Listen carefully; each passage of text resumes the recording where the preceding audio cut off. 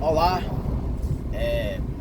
boa tarde a todos. Aqui quem está falando é Douglas da Casa da Fogueira. Pessoal, vamos nos conscientizar e vamos fazer nossas doações com a corrente do bem, porque só a nossa instituição não dá conta de manter a população da nossa comunidade que hoje está passando por dificuldade. Então, gente, vamos abraçar a corrente do bem e fazer a parte de cada um, doando 1 quilo de alimentos, porque eu já fiz a minha família também fez, junto comigo, nossa equipe, junto com a instituição Casa da Fogueira, já doamos 200 cestas básicas da nossa instituição.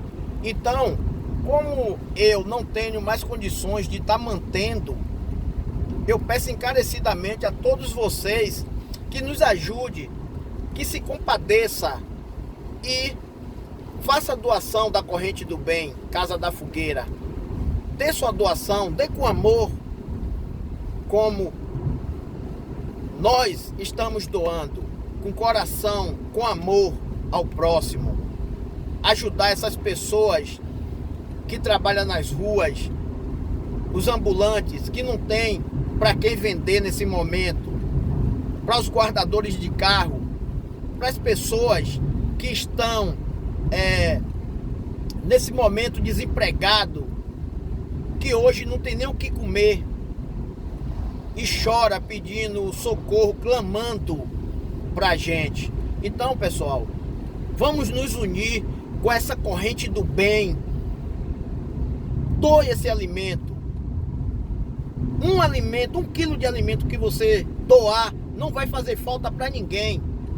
A esses comerciantes que possa doar uma cesta básica, que não queira doar uma cesta básica, mas doe 2 quilos de alimento aos empresários.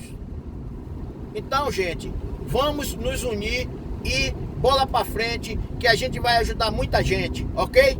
Um abração de Douglas da Casa da Fogueira.